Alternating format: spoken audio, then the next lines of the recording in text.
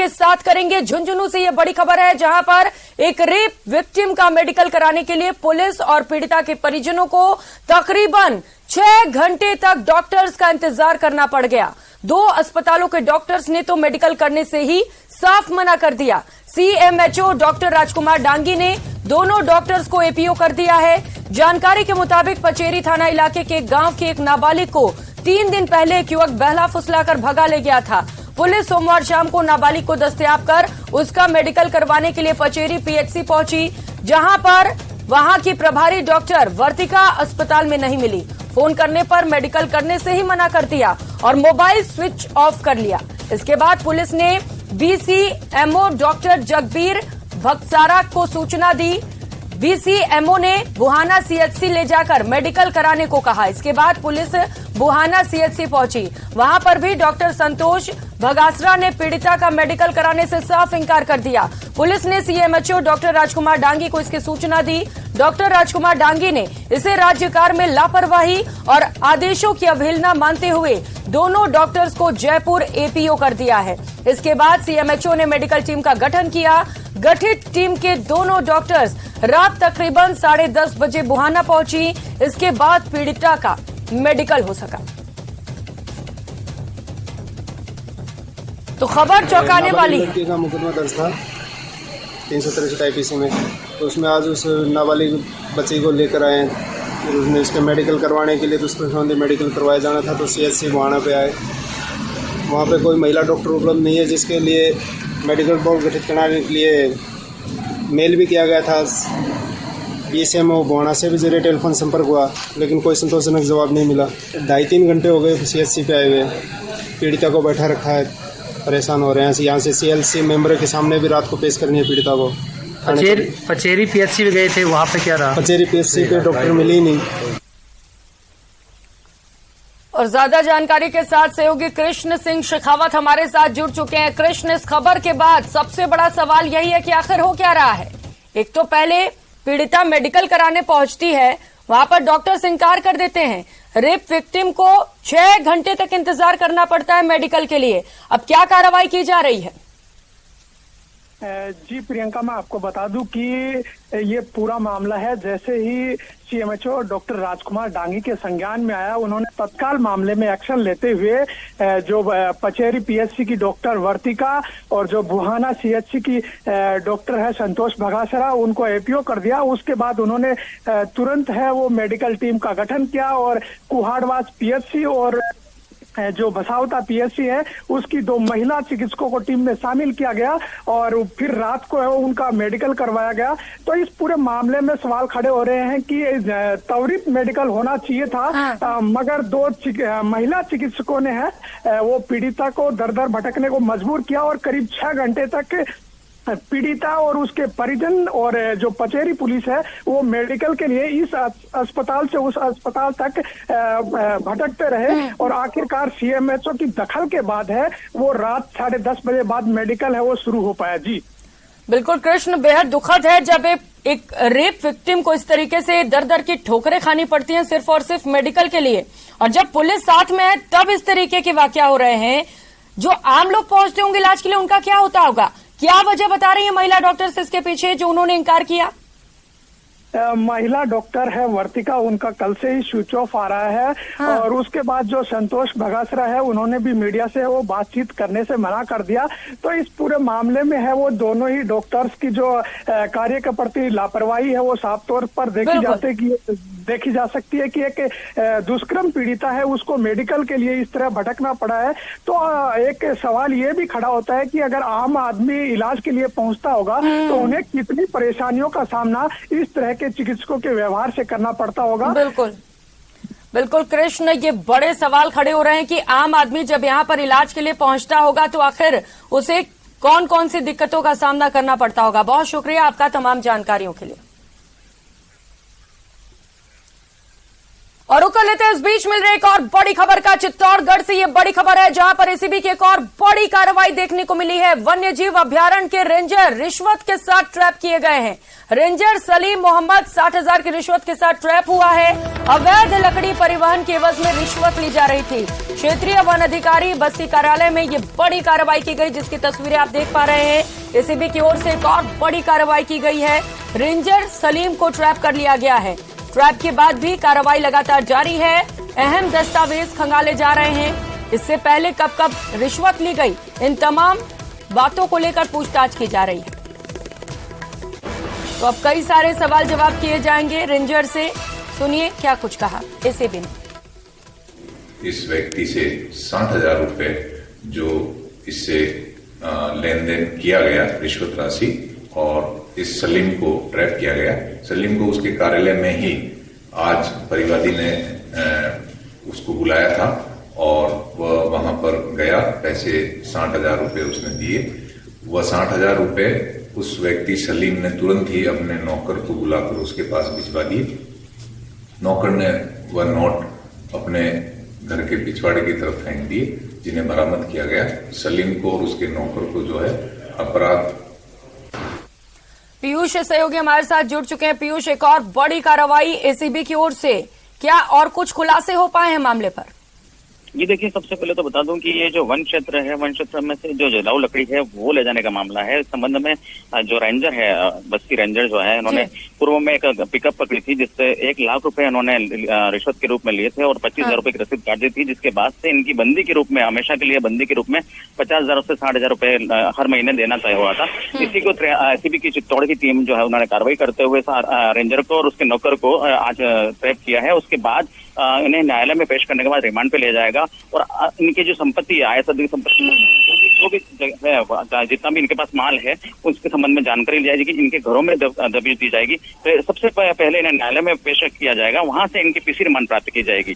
जी पीयूष, क्योंकि जब कार्रवाई की जाती है, रंगे हाथों गिरफ्तार किया जाता है, उसके बाद एसीबी की टीम दस्तावेज खंगालती है, क्या उस दौरान कुछ पता चल सका है? कुछ और खुलासे हुए हैं इससे पहले रिश्वत के मामले उजागर हो पाए हैं?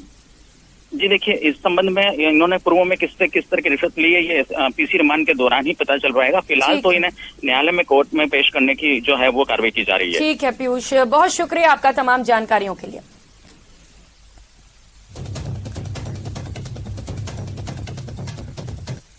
और रुक लेते हैं एक और बड़ी खबर का। बीकानेर से ये बड़ी खबर है, जहां पर श्री डूंगरगढ़ में बड़ी खबर निकलकर सामने आ रही है। स्कूली छात्रा के गायब होने का मामला, और मामले से जुड़ी ये बड़ी खबर और बड़ा अपडेट आपको बताते चले। आज श्री डूंगरगढ़ बाजार बंद रहेगा। कई एसोसिएशंस ने इसका समर्थन किया है। अनिश्चितकालीन आंदोलन की आज से शुरुआत की जाएगी। नेता प्रतिपक्ष राजेंद्र राठौड़ भी धरना स्थल पर पहुंचेंगे। उनके पहुंचने का कार्यक्रम भी बताया जा रहा है। तो अब एक बड़ा रूप लेते हुए ये प्रदर्शन, उग्र प्रदर्शन की तैयारी यहां पर, और बंद का भी ऐलान कर दिया गया है। स्कूली छात्रा के गायब होने का ये पूरा मामला है, जिसे लेकर लगातार लोगों में गुस्सा बढ़ता चला जा रहा है। विरोध प्रदर्शन और भी ज्यादा उग्र होता हुआ नजर आ रहा है। आज श्री डूंगरगढ़ के कई बाजार बंद रहेंगे। कई एसोसिएशंस ने इसे अपना समर्थन दिया है। सहयोगी विक्रम हमारे साथ जुड़ चुके हैं। विक्रम, लगातार गुस्सा बढ़ता चला जा रहा है लोगों में, लेकिन सबसे बड़ा सवाल यही है कि स्कूली छात्रा को कब तक दस्तयाब कर लिया जाएगा? जी बिल्कुल, जो आज से अनिश्चितकालीन जो आंदोलन की शुरुआत हो रही है, उसका मुख्य कारण यही है कि पिछले 4 दिन से आज 5वां दिन है इस छात्रा को गायब हुए, लेकिन पुलिस जो है अभी तक छात्रा तक नहीं पहुंच पाई है। और लगातार पहले दिन से ही लोग जो है वो थाने का घेराव कर रहे थे और धरना और प्रदर्शन कर रहे थे, लेकिन बावजूद उसके पुलिस केवल मात्र जल्द गिरफ्तारी की बात कर रही थी। तो अब लोगों का धैर्य टूट गया है और आज लोगों ने डूंगरगढ़ कस्बे को पूर्ण रूप से बंद रखा है, जिसमें मेडिकल की शॉप्स को भी बंद रखा गया है, स्कूल्स और कोचिंग सेंटर्स तक को बंद रखा गया है। और सभी ने जो है एसोसिएशन में अपनी सहमति से ये बंद रखा है और एक ही मांग है कि जल्द से जल्द जो छात्रा है उसे दस्तयाब किया जाए। क्योंकि जिस तरीके का कल वीडियो एक सामने आया था कि जिसमें जो छात्रा है और वो शिक्षिका है, उनके द्वारा ये वीडियो अपलोड करना बताया जा रहा है, उस वीडियो के सामने आने के बाद लोगों में और आक्रोश बढ़ गया है कि पुलिस की जो कार्यशैली है उसको उसको लेकर भी सवाल उठाए गए हैं। और अब नेता प्रतिपक्ष जो है वो कुछ ही देर में श्री डूंगरगढ़ धरने पर पहुंचने वाले हैं। और बिल्कुल विक्रम, पुलिस की कार्यशैली पर सवाल खड़े हो रहे हैं और यही वजह है कि अब ये मामला राजनीतिक रूप लेते हुए भी नजर आ रहा है, क्योंकि नेता प्रतिपक्ष राजेंद्र राठौड़ भी अब धरना स्थल पर पहुंचेंगे। जब यहां पर पहुंचेंगे तो क्या बोलते हैं यहां पर पहुंचकर, आप इस पर नजर बनाए रखिएगा। बहुत शुक्रिया तमाम जानकारियों के लिए। और रुक लेते हैं एक और बड़ी खबर का। हनुमानगढ़ से ये बड़ी खबर है, जहां पर धारदार हथियार से युवक की हत्या कर दी गई। जंक्शन के हाउसिंग बोर्ड की यह घटना है। सुरेशिया निवासी युवक मुकेश की हत्या की गई है। रात में किसी रिश्तेदार के घर पर युवक गया हुआ था। जंक्शन पुलिस अब पूरे मामले को लेकर जांच पड़ताल कर रही है। राजू सहयोगी हमारे साथ जुड़ चुके हैं। राजू, क्या हुआ था वहां पर? जी, जो जानकारी है वो ये है कि ये जो युवक है ये हनुमानगढ़ जंक्शन के सुरेशिया का निवासी है मुकेश। करीब 22 साल उम्र है युवक की। और ये रात्रि में किसी परिचित के घर गया था और वहां पर जो है धारदार हथियार से इसकी हत्या कर दी गई। हालांकि एफएसएल टीमें मौके पर पहुंच रही हैं, पुलिस के अधिकारी मौके पर मौजूद हैं, जांच चल रही है।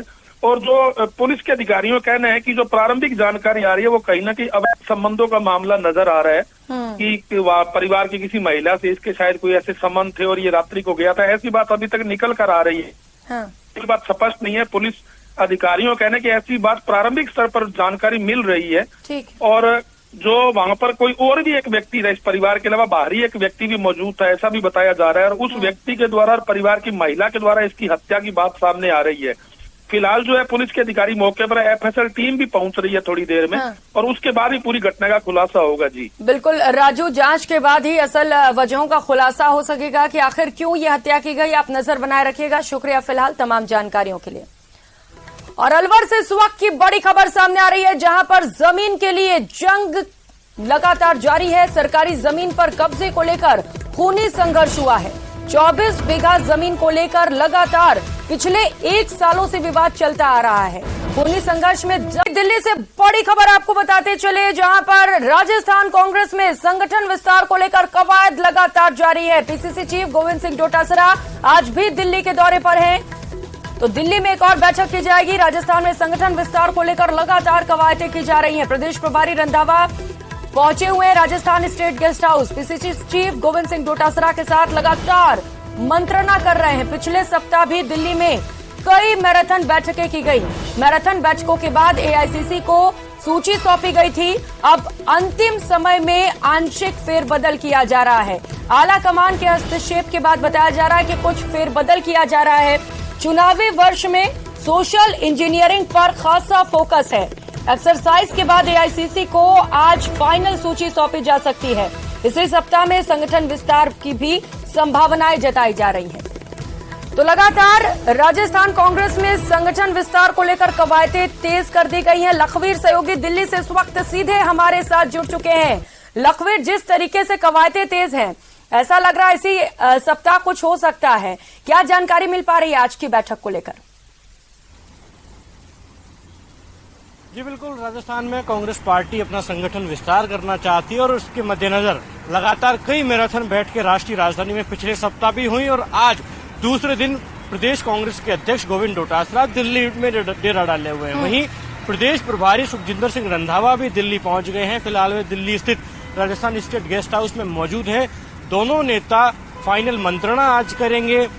जो गाइडलाइंस दी गई हैं आलाकमान के द्वारा कि जो पिछले सप्ताह की फाइनल सूची सौंप दी गई थी प्रदेश कांग्रेस की ओर से एआईसीसी के संगठन महासचिव केसी वेणुगोपाल को, लेकिन कुछ गाइडलाइन सौंपी गई, कुछ निर्देश दिए गए आलाकमान के द्वारा प्रदेश कांग्रेस को कि चुनावी साल है, सोशल इंजीनियरिंग का ध्यान रखा जाए, जाति बिरादरी क्षेत्र का ध्यान रखा जाए, युवाओं और महिलाओं का प्रतिनिधित्व ज्यादा हो।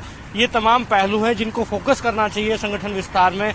इसीलिए आंशिक फेरबदल हो रहा है अंतिम समय में। कुछ मोटा मोटा फेरबदल नहीं होगा, लेकिन छोटा मोटा फेरबदल संभव है। उसको लेकर दोनों नेता आज दिल्ली में मंत्रणा करेंगे और मंत्रणा करने के बाद फाइनल एक्सरसाइज करके आज ही सूपी एआईसीसी को सौंपे जाने की पूरी संभावना है। और इसी सप्ताह राजस्थान कांग्रेस का संगठन विस्तार हो जाएगा, जिसमें प्रमुख तौर पर प्रदेश कांग्रेस की पीसीसी कार्यकारिणी का ऐलान होना, जिसमें पीसीसी सचिवों का ऐलान होगा और जिला अध्यक्षों का ऐलान होगा। मुख्य तौर पर महत्वपूर्ण इसलिए है प्रियंका, क्योंकि एआईसीसी ने प्रदेश कांग्रेस की ओर से जारी 85 सचिवों की सूचियों पर रोक लगाई थी, क्योंकि एआईसीसी का कहना था कि एआईसीसी अप्रूवल नहीं लिया गया।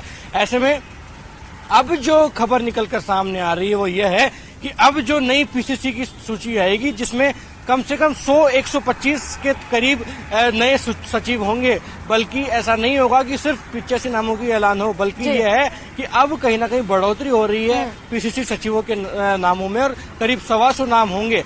हालांकि सूत्र ये बता रहे हैं कि जो 85 नाम पहले घोषित किए गए थे उनमें ज्यादा फेरबदल नहीं होगा, उनमें से मोटा मोटा नाम रिपीट होंगे, लेकिन कुछ फेरबदल संभव है।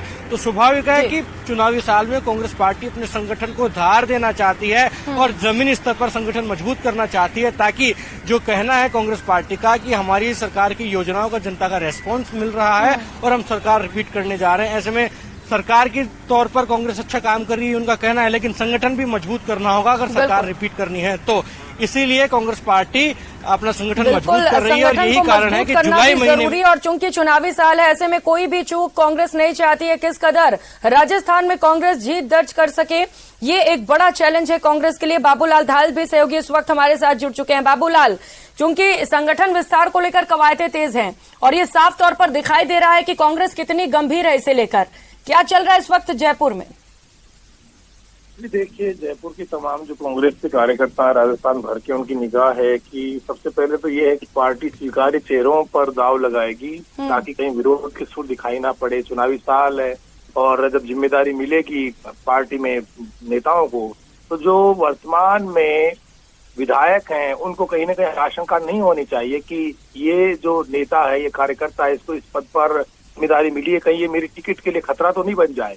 तो एक नई टीम ऐसी बनाई जाएगी जिसका धरातल पर जनता के बीच में, कार्यकर्ताओं के बीच में जिसकी स्वीकार्यता हो और जो विधायक को उस इलाके के मंत्री को साथ लेकर पार्टी की मजबूती के लिए काम कर सके। इसलिए बहुत ही सोच समझकर ऐसे चेहरे तराशे गए हैं जिन पर मोहर लगनी बाकी है। बहुत होमवर्क हो चुका है, महीनों का होमवर्क है, इसलिए गोविंद सिंह डोटासरा ऐसी टीम बनाना चाहते हैं जो कंधे से कंधा मिलाकर चुनाव से पहले तक विधायकों के साथ काम करे, सरकार की योजनाओं को धरातल पर लेकर के जाए और एक जनता के बीच में सकारात्मक माहौल पार्टी के प्रति, सरकार के प्रति पैदा करे। तो एक कोशिश है जिसके नतीजे आने वाले दिनों में देखने को मिलेंगे। लेकिन जो सूची बाहर आएगी, चाहे वो डीसीसी की हो चाहे पीसीसी की हो, उसमें उन जिम्मेदार नेताओं को आगे लाया जाएगा जो पार्टी के प्रति सोच रखते हैं, निष्ठावान हैं और उनको दायित्व देने से पार्टी मजबूत होती है और उनको हो सकता है भविष्य में चुनाव भी लड़ाया जाए। तो ऐसे चेहरे भी बहुत सारे होंगे जिनको अब जिम्मेदारी मिलेगी, वो चुनाव लड़ते हुए भी नजर आएंगे। तो ऐसे ही लोगों को आगे बढ़ाने की पार्टी की कोशिश है ताकि उसको जब चुनाव में वो पार्टी जाए तो ज्यादा जनता के बीच में चेहरे को लेकर के ज्यादा रस्साकसी का माहौल पैदा ना हो, जनता के बीच में असमंजस के हालात पैदा ना हो, जनता ये ना कहे कि अनजान और गुमनाम चेहरों को आपने टिकट दे दी है। तो ऐसे चेहरों को और ज्यादा लोकप्रिय बनाने की कवायद होगी और ऐसे ही नेताओं को दायित्व देकर के पार्टी चुनावी वैतरणी को पार करने की कोशिश करेगी। बहुत ही ऊर्जावान चेहरे पार्टी ने तलाशे हैं। जो 85 सचिव बनाए थे जिसकी लिस्ट रोकी हुई है, माना यही जा रहा है कि उनमें अधिकांश के नाम पर मोहर लग जाएगी और डीसीसी और पीसीसी के जो और नेता है उनकी लिस्ट भी जल्द आ सकती है। बिल्कुल, चुनावी मझधार को पार करने के लिए कांग्रेस की ओर से लगातार तैयारियां भी की जा रही हैं और कोई चूक ना होने पाए, यही वजह है कि सूचियों में थोड़ी बहुत फेरबदल भी की जा रही है। लखवीर, आप बता रहे थे कि कुछ ऐसे समीकरण हैं जिस पर खासा फोकस रखने के लिए दिशा निर्देश दिए गए, जैसे कि आप बता रहे थे कि जाति से लेकर जो क्षेत्र हैं और इसके साथ साथ महिलाओं पर फोकस रखने को भी कहा गया है। क्या युवाओं पर भी फोकस रखा जा रहा है लखवीर? देखिए, स्वाभाविक प्रियंका, चुनावी साल है, ऐसे में कांग्रेस पार्टी का आलाकमान चाहता है कि प्रदेश में सरकार रिपीट हो और सरकार रिपीट करने के लिए संगठन बहुत महत्वपूर्ण भूमिका निभाता है। इसलिए तमाम मापदंड, तमाम पैमाने इस संगठन फेरबदल में फोकस किए जाए, ये आलाकमान का उद्देश्य है। साफ तौर पर चाहे महिला हो, युवा हो, इनका प्रतिनिधित्व अधिक बढ़ाया जाए, ये साफ निर्देश दिए गए हैं कि जो नई टीम हो, चाहे वो डीसीसी की हो या पीसीसी की हो, उसमें युवा चेहरे हो, महिलाओं का खास प्रतिनिधित्व रखा जाए, महिलाओं पर खास फोकस रखा जाए और इसके साथ ही हर क्षेत्र को छुआ जाए, हर क्षेत्र और हर जाति का प्रतिनिधित्व इस सूची में होना चाहिए। ये साफ निर्देश आलाकमान की तरफ से दिए गए हैं क्योंकि इस साल में ही चुनाव होने हैं तो स्वाभाविक है कि हर मैसेज देना चाहती है पार्टी किसी प्रकार की कोई चूक नहीं करना चाहती है संगठन फेरबदल में। बिल्कुल लखवीर, संगठन विस्तार में भी कोई चूक ना होने पाए और हर तरीके से मैसेज देने की कोशिश की कार्यकर्ताओं का किस तरीके से खास ख्याल रखा जाता है कांग्रेस पार्टी में। और इसके साथ साथ जब ये सूची जारी होगी तो देखना बड़ा दिलचस्प होगा कि कौन कौन से वो समीकरण जिस पर खासा फोकस रहता है। बहुत शुक्रिया लखवीर और बाबूलाल आप दोनों का तमाम जानकारियों के लिए। और चलिए रुक लेते एक और बड़ी खबर का। प्रतापगढ़ से ये बड़ी खबर सामने आ रही है। आज प्रतापगढ़ के दौरे पर नितिन गडकरी रहेंगे। प्रतापगढ़ में NH 56 पर बाईपास निर्माण की आधारशिला रखेंगे। उदयपुर से हेलीकॉप्टर से सीधे प्रतापगढ़ पहुंचने का कार्यक्रम है। दोपहर के 12 बजे दशहरा मैदान पर जनसभा को भी संबोधित करेंगे। NHAI के अधिकारियों के साथ चर्चा भी करेंगे नितिन गडकरी। प्रतापगढ़ को और भी कई नई और बड़ी सौगातें मिल सकती हैं। प्रदेश अध्यक्ष CP जोशी सहित कई पदाधिकारी यहां पर मौजूद रहेंगे। प्रदेश की कई केंद्रीय योजनाओं का उद्घाटन भी किया जाएगा। तो नितिन गडकरी का दौरा, प्रतापगढ़ पहुंचने का कार्यक्रम, NH 56 पर बाईपास निर्माण की आधारशिला भी रखेंगे। तस्वीरें भी आपको दिखा रहे हैं। बेहद खास ये कार्यक्रम रहने वाला है और बताया जा रहा है कई बड़ी सौगातें प्रतापगढ़ को मिल सकती हैं। कई सारे उद्घाटन केंद्रीय योजनाओं के भी किए जाएंगे। बड़े पदाधिकारी यहां पर मौजूद रहेंगे। बताया जा रहा है प्रदेश अध्यक्ष CP जोशी सहित बीजेपी के कई बड़े चेहरे मंच पर एक साथ देखने को मिलेंगे। तो लगातार केंद्रीय मंत्रियों के दौरे देखने को मिल रहे हैं। राजस्थान में चुनाव बेहद नजदीक है और ऐसे में इन दौरों को जोड़कर देखा जा रहा है। कई योजनाओं का आज शिलान्यास और उद्घाटन भी किया जाएगा। सहयोगी चंचल हमारे साथ जुड़ चुके हैं। चंचल, बेहद खास दौरा, नितिन गडकरी पहुंच रहे हैं, क्या तैयारियां देख पा रहे हैं आप वहां पर? जी बिल्कुल, नितिन गडकरी को यहाँ पर पहुंचने को अभी वर्तमान में तैयारियां शुरू हो चुकी है। सारा प्रशासनिक अमला जो है वो यहाँ पर पूरी तरह से तैनात हो चुका है। हेलीपैड की सुरक्षा व्यवस्था कड़ी कर दी गई है और इसके साथ में ही जो भाजपा के पदाधिकारी हैं उनका पहुंचना शुरू हो गया। साथ ही कार्यकर्ताओं का और आम लोगों का भी पहुंचने का क्रम शुरू हो चुका है, क्योंकि नितिन गडकरी का यहाँ 11:45 पर पहुंचने का कार्यक्रम है। हाँ। उसके बाद में वो यहाँ पर NHAI के अधिकारियों की बैठक लेंगे और उसके बाद में जो यहाँ पर आम सभा है उसको संबोधित करेंगे। तो यहाँ के लोगों को उम्मीद है कि नितिन गडकरी ठीक है चंचल, तकरीबन 1.5 घंटे का वक्त रह गया है जब नितिन गडकरी यहाँ पर पहुंचेंगे और बताया जा रहा है कई और भी जो सौगातें हैं वो आज प्रतापगढ़ के लोगों को मिल सकती है। बड़ी सौगातें लगातार, इस पर भी हम नजर बनाए रखेंगे। बहुत शुक्रिया आपका तमाम जानकारियों के लिए। और फिलहाल यहाँ